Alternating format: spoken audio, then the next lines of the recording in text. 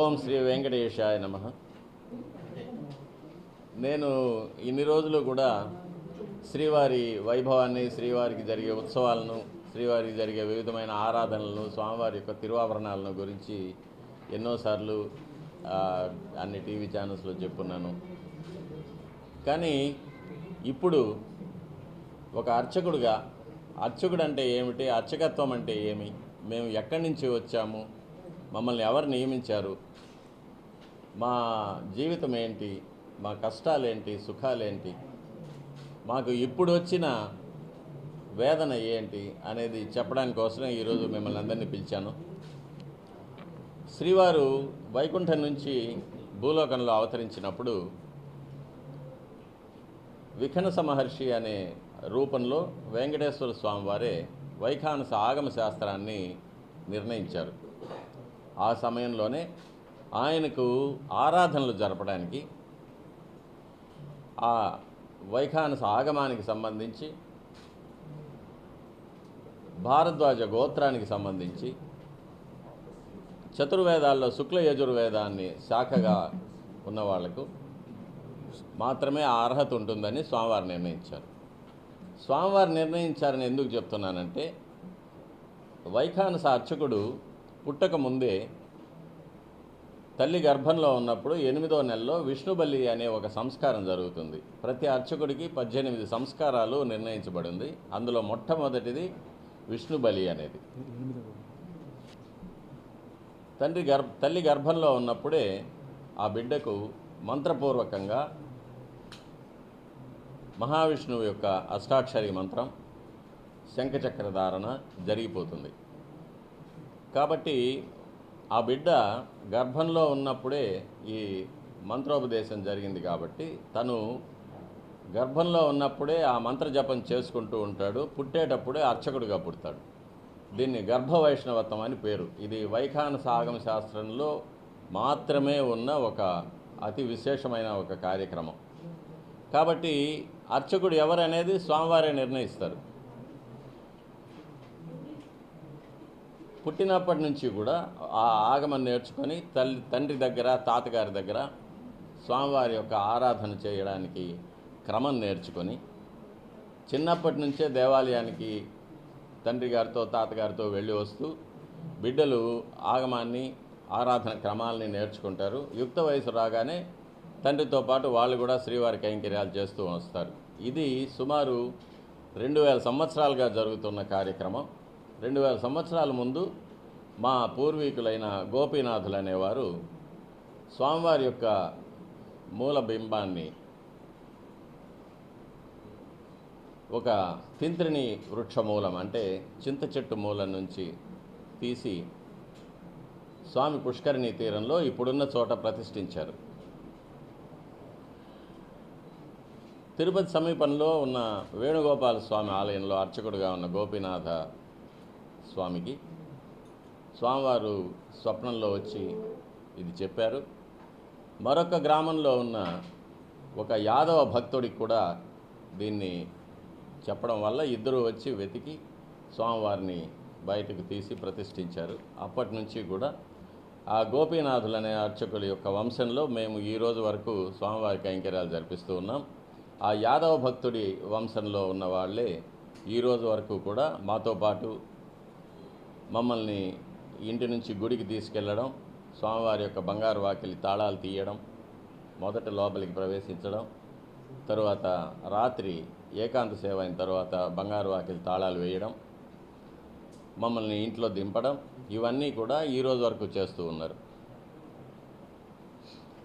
మాకు మా మహర్షులు 2000 సంవత్సరాల ముందే నిర్ణయించిన శాస్త్రోక్తమైన వరుంబడి, అంటే దక్షిణ, సంభావన, ప్రసాదంలో ఒక భాగం, ఇవన్నీ కూడా అప్పటి నుంచి జరుగుతూ వచ్చేది. కానీ 1996లో ప్రభుత్వం ఉన్నట్టుండి ఈ వంశపారంపర్య అర్చకత్వాన్ని రద్దు చేసింది. కారణం తెలియదు. కానీ దానికి ప్రత్యామ్నాయంగా ఏదైనా ఏర్పాటు చేసిందా అంటే అది లేదు. భగవంతుడే నిర్ణయించిన ఆగమశాస్త్ర ప్రకారం, భగవంతుడే నిర్ణయించిన అర్చక వంశంలో వచ్చిన మాకు ఈ వంశపారంపర్యాన్ని రద్దు చేయడం అనేది ఈ వీళ్ళకు ఎక్కడి అధికారం అనేది మా ప్రశ్న. వీళ్ళకి అధికారం లేని ఒక ప్రయోగాన్ని చేశారు. తరువాత వాళ్ళు నియమించిన అధికారులు కూడా అహంకారంతో, అజ్ఞానంతో స్వామివారికి జరిగే కైంకర్యాల్లో తలదూర్చి సుప్రభాతం 3 గంటలకు చేయండి, 2 గంటలకు చేయండి, 12 గంటలకు చేయండి, లేక తోమాల సేవను 5 నిమిషాల్లో చేసేయండి, నైవేద్యం 5 నిమిషాల్లో చేసేయండి, నైవేద్యానికి స్వామివారికి రావాల్సిన ప్రసాదాలను సగానికి సగం తగ్గించేయండి. ఎందువల్లంటే దానివల్ల ఆలస్యం అవుతుంది. మాకు కావలసిన ధనవంతులు, రాజకీయ నాయకులు, చలనచిత్ర నటులు, వ్యాపారస్తులు వీళ్ళందరూ కూడా కాచుకొని ఉంటారు. న్యాయమూర్తులు వీళ్ళంతా కాచుకొని ఉంటారు.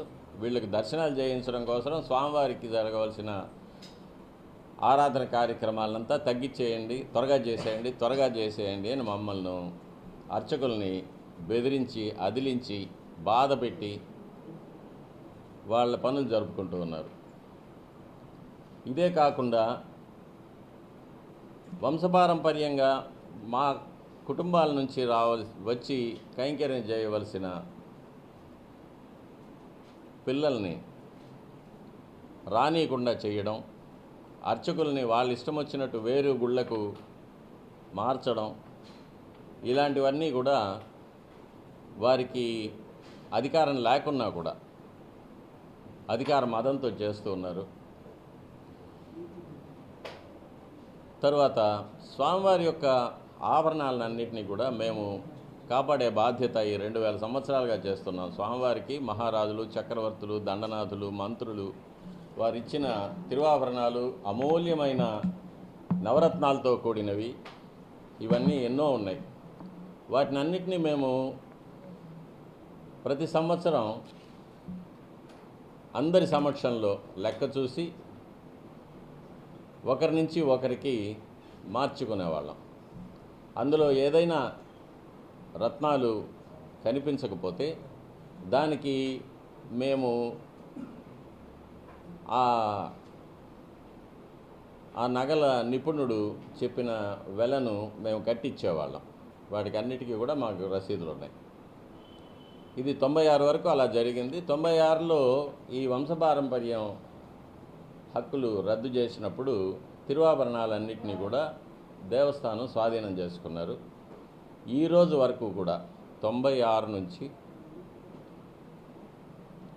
22 ఏళ్ళుగా ఆ తిరువాభరణాలను ఎవరు సరిచూస్తున్నారు, అందులో ఏం తగ్గిపోయింది, ఏం వచ్చింది, దానికి ఎవరు బాధ్యులుగా ఉన్నారు, ఎవరి దగ్గర వసూలు చేశారు, వీటిని దేని గురించి కూడా బయట పెట్టడం లేదు.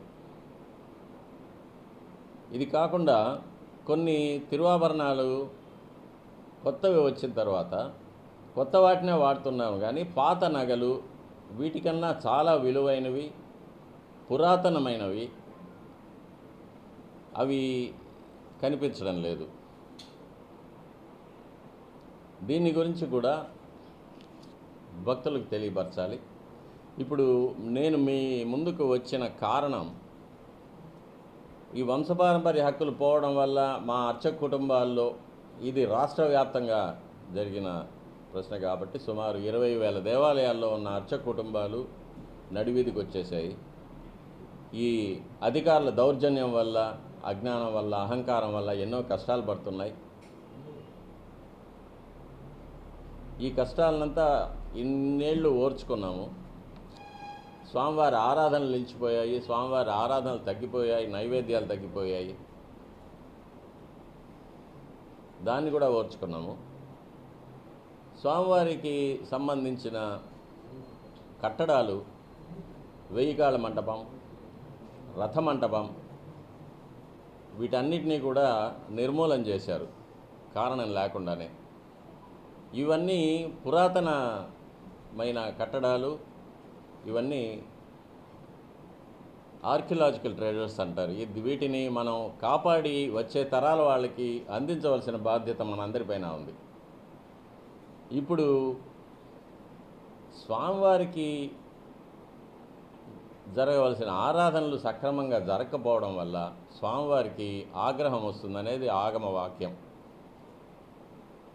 ఈ ఆగమ శాస్త్రంలో చెప్పినట్టు స్వామివారికి ఆరాధనలు జరగకపోయినా, అకాలంలో జరిగినా, అందులో కొరతలు ఏమైనా ఉన్నా, లేక జాతా శౌచాలు మృతా శౌచాలు అనే పుట్టుక వల్ల మరణాల వల్ల కలిగే అంట్లు స్వామివారికి సోకడం వల్ల స్వామివారికి ఆగ్రహం కలిగి వచ్చే భక్తులకు వారి కోరికలు నెరవేరకుండా పోతాయి. పాలకులకు కష్టం వస్తుంది. ఈ రాష్ట్రం, దేశం, ప్రపంచం అంతా క్షోభలో పడుతుంది. సంక్షోభం, రాజకీయ సంక్షోభం, నైసర్గిక సంక్షోభాలు ఇవన్నీ కూడా కలుగుతూ ఉంటాయి. స్వామివారి యొక్క ప్రాచీనమైన నగలు, కట్టడాలు కూడా ముందు తరాల వాళ్లకు అందకుండా పోతాయి. కాబట్టి మా శక్తి వంచన లేకుండా మేము ఎంతో ప్రయత్నం చేశాం వీటిని కాపాడడానికి. కానీ మా శక్తికి మించిపోవడం వల్ల ఇప్పుడు మేము ప్రపంచమంతా వ్యాపించి ఉన్న శ్రీవారి కోట్లాది భక్తులకు మేము విజ్ఞప్తి చేస్తున్నాం. మీరందరూ కలిసి దీన్ని ప్రతిఘటించాలి. స్వామివారి దేవాలయం యొక్క పవిత్రతను కాపాడాలి. స్వామివారికి జరిగే ఆరాధనలు జరిపించాలి. స్వామివారి యొక్క తిరువాభరణాలు, స్వామివారి యొక్క ప్రాచీనమైన కట్టడాలు, ఆలయము వీటన్నిటినీ కూడా కాపాడి ముందు తరాల వాళ్ళకి అందించాలి. స్వామివారికి ఆరాధనలు జరిగితే స్వామివారు సంతృప్తి పడి భక్తులందరినీ కూడా ఆశీర్వదిస్తారు, అనుగ్రహిస్తారు. మన రాష్ట్రం, దేశం ప్రశాంతంగా ఉంటుంది. మనమందరూ కూడా సుఖ సంతోషాలతో ఉండొచ్చు. కాబట్టి వీటన్నిటికీ కూడా భక్తులు ఉద్యమించాలి. మేము ఈ విషయాలన్నింటినీ కూడా ఒక రిప్రజెంటేషన్గా తయారు చేసి మన సుప్రీంకోర్టు ప్రధాన న్యాయమూర్తి వారికి, మన రాష్ట్రపతి వారికి, మన ప్రధానమంత్రి గారికి, మన రాష్ట్ర ప్రధాన న్యాయమూర్తి వారికి, మన గవర్నర్ వారికి అందరికీ కూడా పంపించాము. ఇవి వివరాలు కావాల్సింటే వివరాలు మీకు అందరికీ కూడా మేము ఇవ్వగలం. మాకు న్యాయస్థానాల్లో ఎంతో అనుకూలంగా ఉత్తర్వులు వచ్చినా కూడా వాటిని అధికారులు అహంకారంతో కానీ, అజ్ఞానంతో కానీ, ఒక ద్వేషంతో కానీ ఈ పుణ్యక్షేత్రాన్ని నాశనం చేయాలనే సంకల్పంతో దేన్ని అమలుపరచడం లేదు. మాకు ఈ వంశపారంపర్యత ఉండడం వల్ల స్వామివారిని, స్వామివారి యొక్క దేవాలయాన్ని, స్వామివారి యొక్క సొత్తులను కాపాడుతూ వచ్చాము. ఇప్పుడు మాకు ఆ వంశపారంపర్యత లేకపోవడం వల్ల మేము ఏమి చేయలేని పరిస్థితుల్లో ఉన్నాం. కాబట్టి భక్తులే దీనికి ఉద్యమించాలి. మీరందరూ కూడా వచ్చి స్వామివారిని, స్వామివారి దేవాలయాన్ని కాపాడుకోవాలని మీకు ఈ ఇంటర్వ్యూ మూలంగా అందరికీ విజ్ఞప్తి చేస్తున్నాను భక్తితో. స్వామివారి దేవాలయం వైఖానస ఆగమ శిల్పశాస్త్ర ప్రకారంగా కట్టబడింది. దీనికి మరీచి మహర్షి రాసిన విమానార్చన కల్పం అనే ఆలయ శిల్ప వాస్తు శాస్త్రం ప్రమాణం. ఎక్కడైనా విష్ణు దేవాలయం కట్టేటప్పుడు ఈ ఆలయ శిల్పశాస్త్రం విమానార్చన కల్పాన్ని ఎప్పుడు మాన్యువల్గా పెట్టుకుంటారు. అంటే ఇందులో భూ పరీక్ష నుంచి ప్రారంభమవుతుంది. సాయిల్ టెస్టింగ్ టెక్నిక్స్ అంటాం మనం ఇప్పుడు. ఆ సాయిల్ టెస్టింగ్ టెక్నిక్స్ కొన్ని వేల సంవత్సరాల ముందు మరీచి మహర్షి మనకి ఇచ్చున్నారు.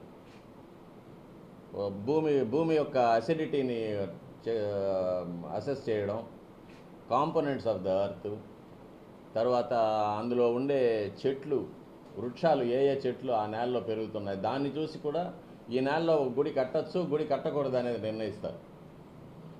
ఇంత క్షుణ్ణమైన ఒక విజ్ఞాన శాస్త్రం మనకి ఇప్పుడు ఈ కాలంలో కూడా ఎక్కడ మనకు కనిపించదు. మన మహర్షుల యొక్క విజ్ఞానం మనకున్న విజ్ఞానాన్ని ఎన్నో రెట్లు మించింది అది వాళ్ళకున్నది. కాబట్టి ఆలయాన్ని నిర్మించేటప్పుడు భూపరీక్ష, తర్వాత శిలాశాస్త్రం ఒకటి ఉంది. శిలను అంటే రాయిని ఎట్లా మనం సెలెక్ట్ చేసుకోవాలని ఆ శిలల్లో క్లాసిఫికేషన్ ఉంది. పుంశిల, స్త్రీశిల, నపుంసక శిల అని ఒక్కొక్క శిలకు లక్షణాలు చెప్పారు. ఏ శిలను దేనికి ఉపయోగించాలో చెప్పున్నారు. తరువాత ఆలయం యొక్క కొలతలు మూలవర్ల యొక్క విగ్రహానికి ఆధారపడి ఆలయం యొక్క అన్ని కొలతలు వస్తాయి. గర్భాలయం యొక్క విస్తీర్ణం, మాడవీధులు, ప్రాకారాలు, మాడవీధులు, విమానం యొక్క ఎత్తు, ధ్వజస్తంభం యొక్క ఎత్తు, రాజగోపురం యొక్క ఎత్తు, మాడవీధుల యొక్క వెడల్పు, స్వామి పుష్కరిణి యొక్క వెడల్పు, తేరు యొక్క ఎత్తు, ఇవన్నీ కూడా ఆ స్వామివారి యొక్క మూలబింబాన్ని అనుసరించే వస్తాయి.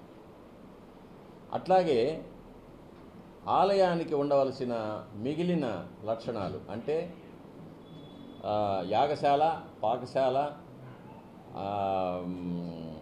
శయనశాల, వాహనశాల, ఇట్లాంటివన్నీ కూడా కొన్ని అంగాలు ఉపాంగాలు ఉంటాయి దేవాలయానికి.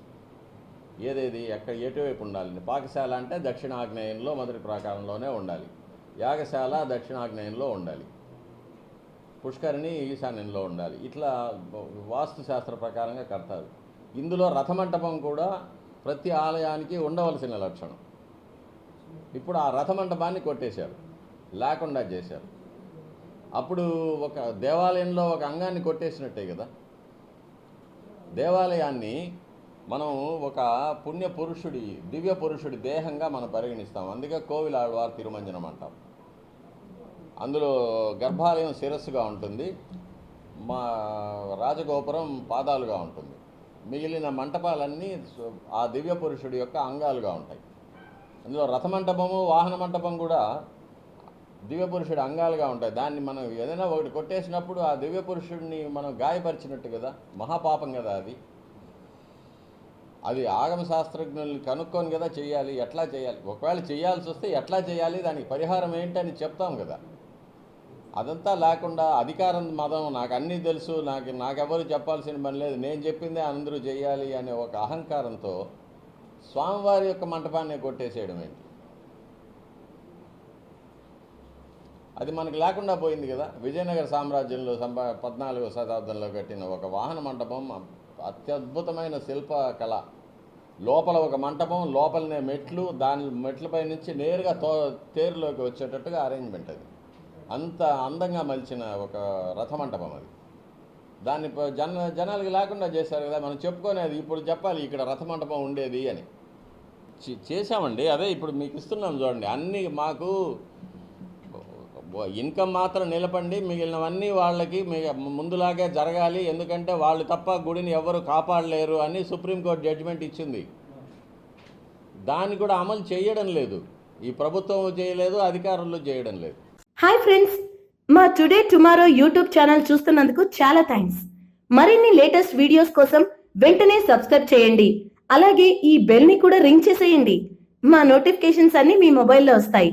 అలాగే మా వీడియోస్ మీకు నచ్చితే లైక్ చేయండి, షేర్ చేయండి, నచ్చకపోతే కామెంట్ చేయండి.